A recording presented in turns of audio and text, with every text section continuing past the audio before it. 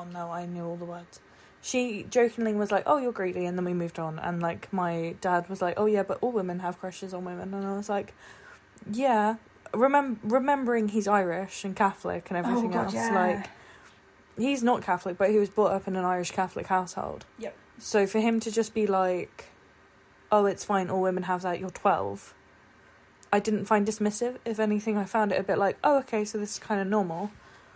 My mum never dismissed me. Like, when I was in Spain, my friend stayed over and we kissed, but we, like, laughed about it, like, because we used to, like, play games because we were, like, 9, 8? And I was like, oh, I kissed her last night, and she was like, okay. Like, she'd always been like, whatever. Yeah, like, it's chill. But, like, I didn't know what his terms were. Like, my mum never explained them to me. It wasn't brought up in my life. Like, well, it kind of was. Like, I had the lesbian cousin, but, like, I never saw it as a good or a bad thing. I just saw it as being a thing. See, as a kid, as, like, a kid, my mum would always say to me and my brother and my cousins, if you're gay, if you're bi, if you're straight, we don't care, we just love you. I didn't know what bi was until I was 18. Fair enough. But when I came out to my auntie, her reaction was, I wouldn't want a son to be gay.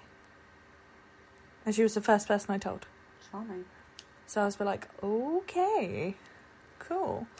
But my sexuality journey came from being in a long-term relationship with a man who wasn't comfortable with my sexuality, and then that making me doubt it.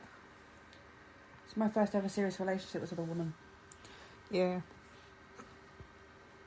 So, I don't know. But then, like, because I felt like I was still quite insecure about what I actually was and what I labelled as and where do I stand or if I actually am, blah, blah, blah, blah. I didn't have much of a sex life because I was just like, I don't know what to do. I was also terrified of the idea of sex in general, so... Oh, I've always been a bit rampant like a rabbit, me. No, mine's been in the last year. You gotta I'm making up for missed time, man. You're just making it up.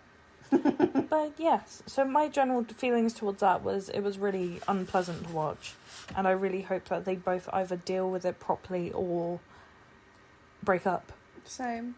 But hey, there is a 3-month after section, so we're gonna go quickly watch that, enjoy my pretend adverts. I'm just gonna probably check in some singing or edit this out, who knows. Welcome to where the adverts should be, but because this is an independent project, no one is sponsoring me. So we just watched it was about 2 minutes worth of footage, so this isn't going to be a long closing. The 3-month after things on each couple. And I'm so happy. Genuinely, I'm pleasantly surprised. I'm kind of a bit pissed off that it didn't be like, oh, Bram's caught cheating. Because I'd be lying if I said I didn't expect it. I don't know. Well, we live in the world of social media. We can stalk him and find out ourselves, I'm sure. Oh my god, can we? Yes. Tune in. I'm not condoning stalking. Of stalking Brian on social media. So, the wonderful girls, Lindsay and... How do you... Enley. Thank you. They look at each other differently. They were, like, in a public street, and they were, like, kissing and stuff. And, like, Enley was looking... When Lindsay was talking at her, but, like, at the camera, and he was looking at Lindsay's lips. Yeah. I was like...